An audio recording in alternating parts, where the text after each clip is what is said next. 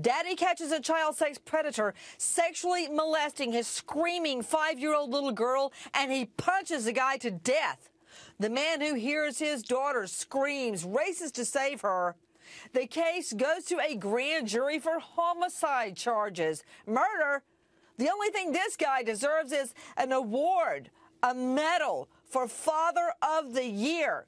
Right now, to Ellie Jostet, I want to go over the facts from the very beginning. Martin and I were talking about what may underlie a grand jury consideration.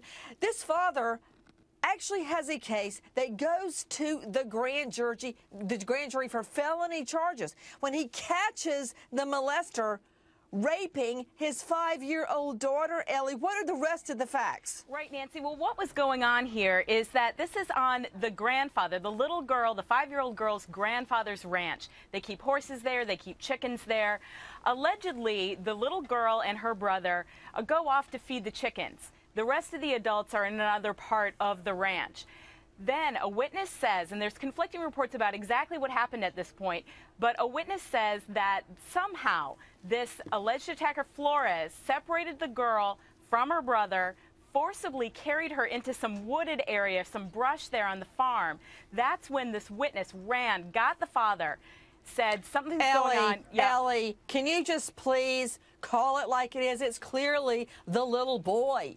All right? Because they send the little boy and the little girl off to feed the chickens. They go off. They're all playing. This is a fun thing for them. Sure. The next thing you know, mystery witness runs to get his daddy because Mora Flores has picked up the 5, picked her up and carried her off to the woods. And he hears his sister screaming. All right, go ahead. Right. So there's this frantic search, father looking in the woods for the girl. He hears her scream, runs to the source of the scream, and that's when he said he saw Flores, pants down, in the act, caught in the act of assaulting, raping his daughter, Nancy.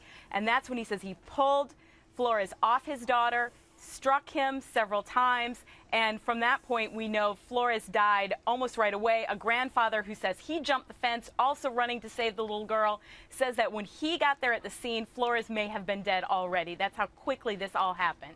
We are live in Shiner, Texas, where a man saves his daughter in the midst of a sex attack. His 5-year-old daughter punches a guy in the face and head. The guy drops dead. You can hear from the 911 call out to you, Martin Savage, CNN correspondent, joining us, that he's desperately trying to save the pervert. And I know how you are, Martin. You want me to say the alleged child molester. You don't want me to call the guy a pervert. You know what? I believe the grandmother and the grandfather and the father, that there he was with his pants pulled down. Not only that, the whole family. Isn't this true? Martin Savage tried to do CPR on the pervert? It did indeed. I mean, that's one of the, excuse me, one of the most shocking aspects here, on top of what we've already heard, is that they've seen the crime being perpetrated on a young girl.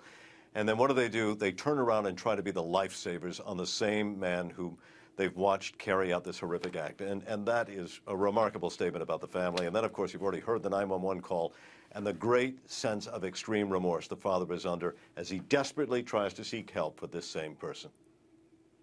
But Martin Savage, why does the father have to be on pins and needles while this is taken to a grand jury? Thankfully, the grand jury did not charge him, Martin, but why did it have to go to a grand jury?